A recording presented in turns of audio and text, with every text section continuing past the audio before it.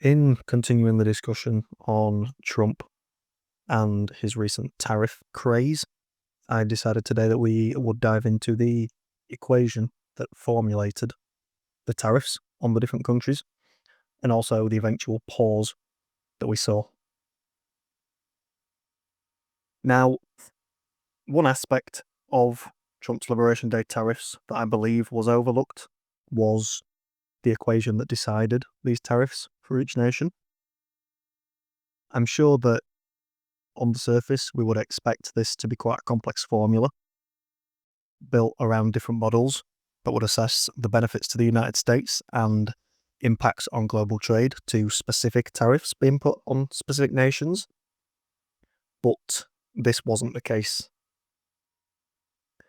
This equation failed to take into account how different nations will be more sensitive to these tariffs and the probability of prices increasing from nation to nation and also from sector to sector should differ, but the equation gave this probability a fixed value regardless of nation or sector.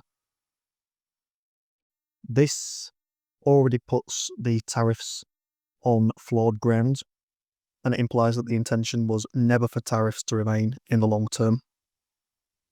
It is interesting that the tariffs were first detailed on April 2nd, as we saw Trump step into the garden at the White House with his visual aids.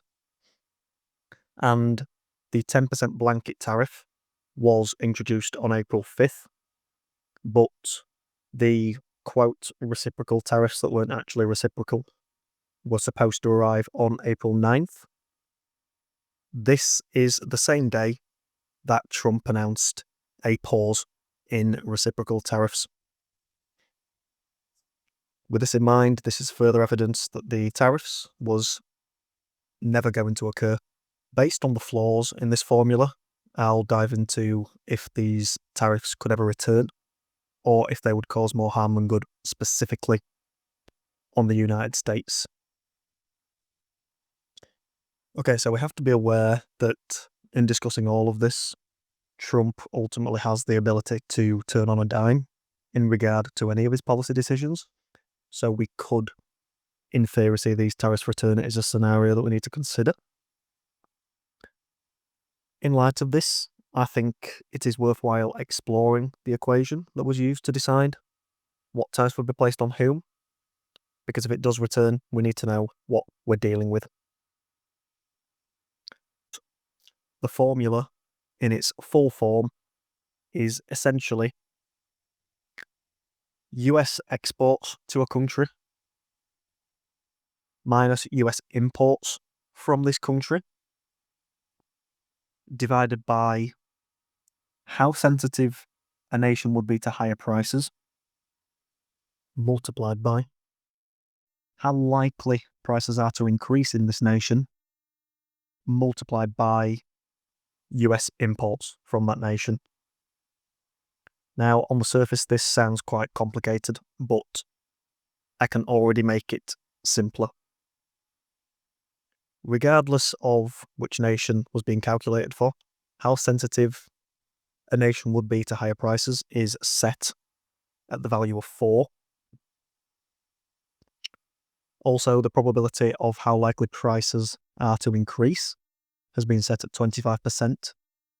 Again, this is regardless of nation.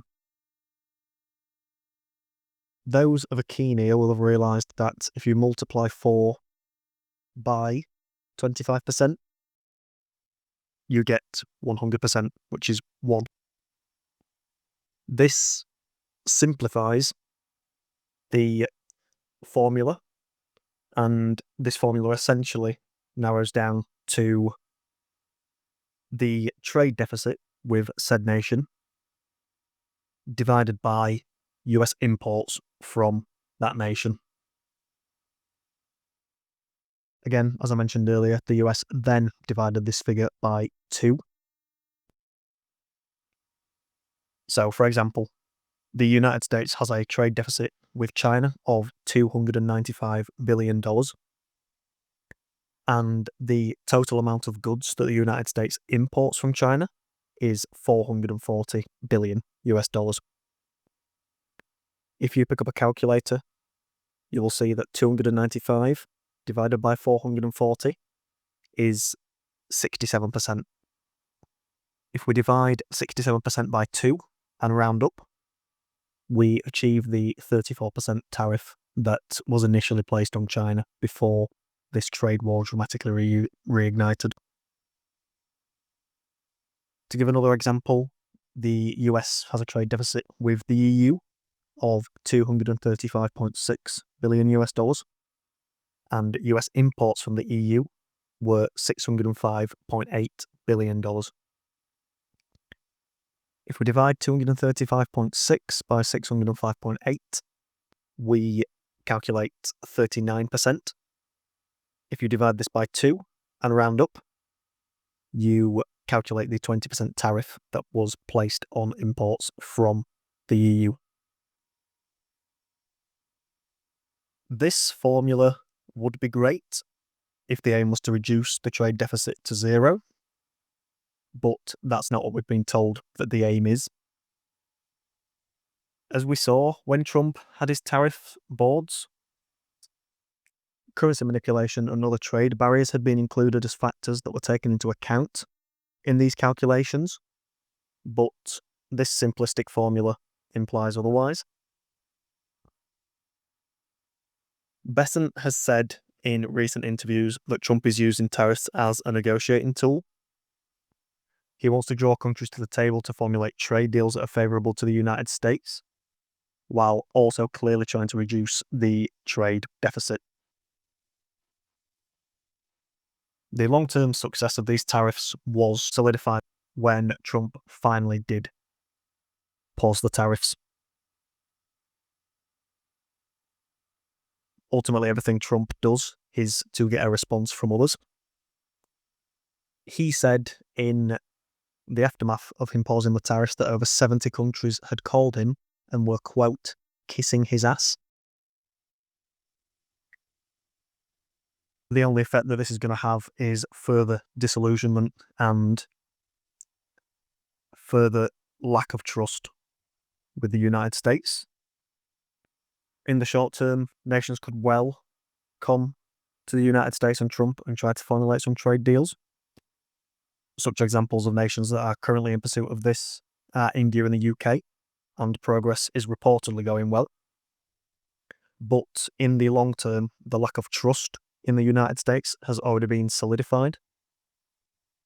Nations will very likely maintain relations with the United States, since, as I discussed last episode, the United States is so important for the world, especially the world of trade and finance. But other nations will hedge against US reliance and against Trump's volatile foreign policy. Now, as I'm sure you can sense, I'm skeptical that these tariffs will ever return, but I think it's worth exploring what impact this would have on the United States if they did return. So in their current form, I question whether these tariffs would be beneficial for the United States if they were re-implemented. With the Greek terms cancelling out at 1 from the equation, the Trump administration is essentially saying that elasticity would not be an issue because it would cancel out the price rise. Now, elasticity refers to the responsiveness of one economic variable when we experience a change in another. So, if supply or demand is inelastic, this means that price changes won't massively change the quantity of goods or services demanded or supplied. This occurs because businesses can't easily adjust to the changes, or because consumers still need access to necessities even if prices rise. So specifically, in the case of these tariffs, elasticity will measure the change in behaviour of buyers and sellers when prices rise. But the equation implies that any increase in price and a fall in demand would be manageable or harmless, since both of the Greek terms cancel out at 1. This is a flawed assumption because not all goods are equally elastic. Luckily, we've had a recent example of when this occurred in the world of trade. If we flash back to the COVID times, supply became inelastic because global trade suddenly came to a halt.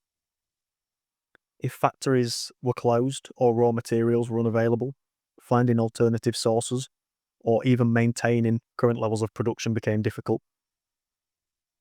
The result, as we know, was higher prices. But with global trade slowing so heavily, and with the pandemic in existence, higher prices didn't help to reopen any factories, and also didn't help to find alternative inputs. As a result, the supply didn't change much, and a supply-based inflationary price environment emerged. Now, COVID also had effects on demand.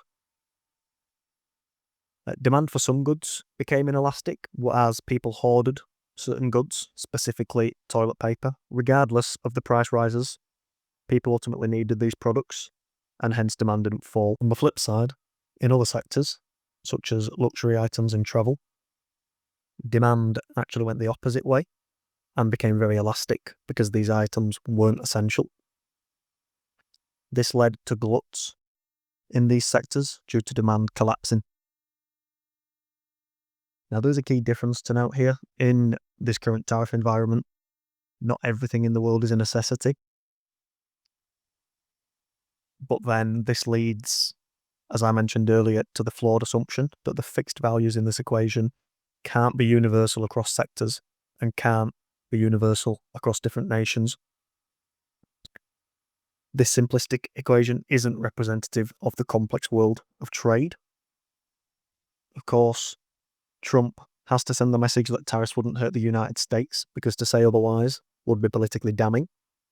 But if they do return, it can't be denied how economically risky they would be based on this discussion on elasticity. Now, Trump's tariffs likely wouldn't have as big an effect on the world of trade as we saw in 2020 when we experienced a complete shutdown.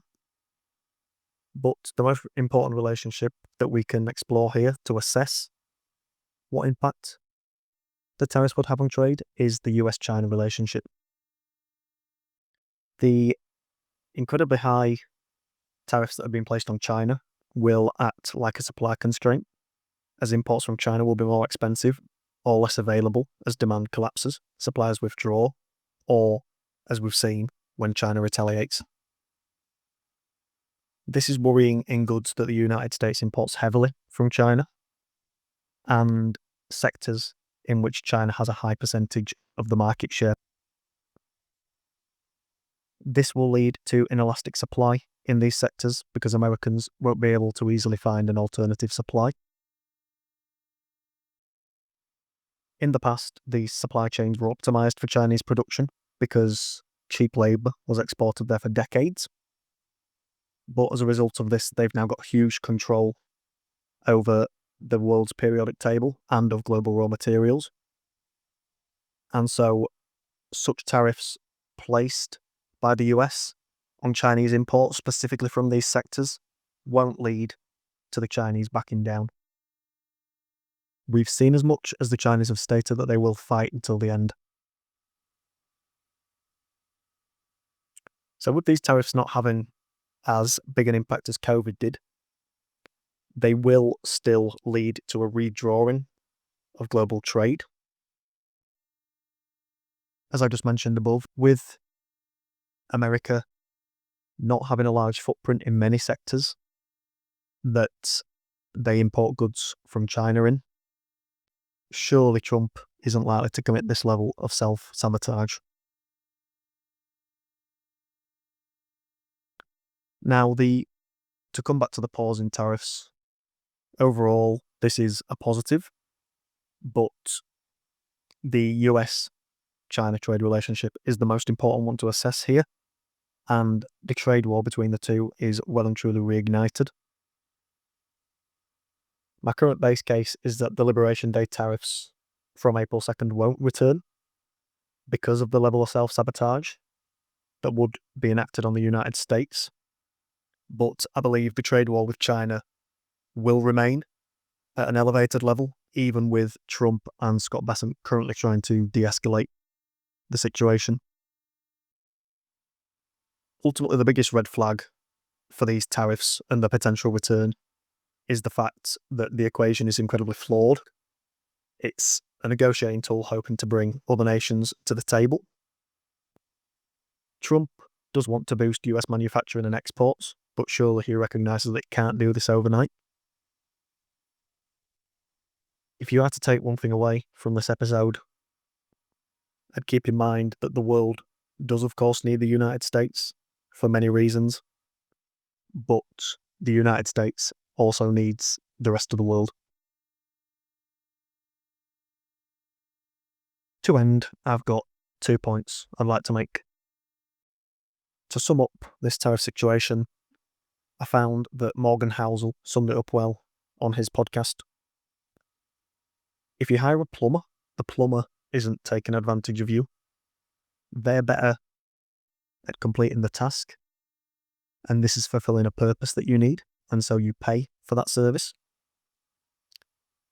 In this situation, this could be represented as you having a trade deficit with the plumber, but if your aim was to get this trade deficit to zero with the plumber, you'd ultimately find yourself having to figure out your own plumbing. Now, the US has goods and services that it's very good at, just as other nations do, but they shouldn't punish nations for their specializations because it's going to hurt the United States by going after these nations. My second point that highlights how flawed these tariffs are is to look at some of the nations that the tariffs were placed on. Specifically, one example has been the 30% tariffs that were placed on Nauru. Now, in what way does Nauru threaten the United States? They don't, is the simple answer. This confirms that the strategy aims to bring nations to the negotiating table, but many of the nations that were hit by high tariffs, such as Nauru, don't have much to offer the United States. They typically would have exported a small number of products and materials to the United States in large volumes, in which they have a specialization. But nations with lower tariffs, who also specialize in these same sectors, are now likely to take their place because the cost for US businesses to import from other places will be cheaper. It's yet to be seen how successful Trump's tariffs as a negotiating tool will be, but based on Trump currently seeking de-escalation, I'd argue that his tariff negotiating policy has faltered at the first hurdle. They have even, both Trump and Bessent, implied that they will also be seeking de-escalation with China.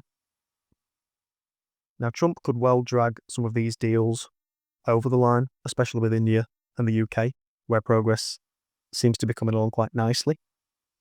But many nations won't forget this first fall that Trump took, and the impact of this will likely be felt further up the line. There's still a lot to discuss here on the tariff front. Next time, I'll discuss the response in the financial markets, specifically why gold has decided to continue its rapid rise.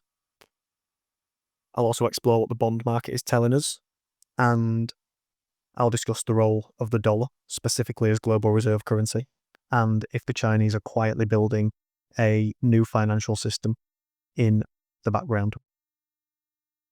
Come back next time if this takes your interest. I've been Dylan. We'll talk to you next time.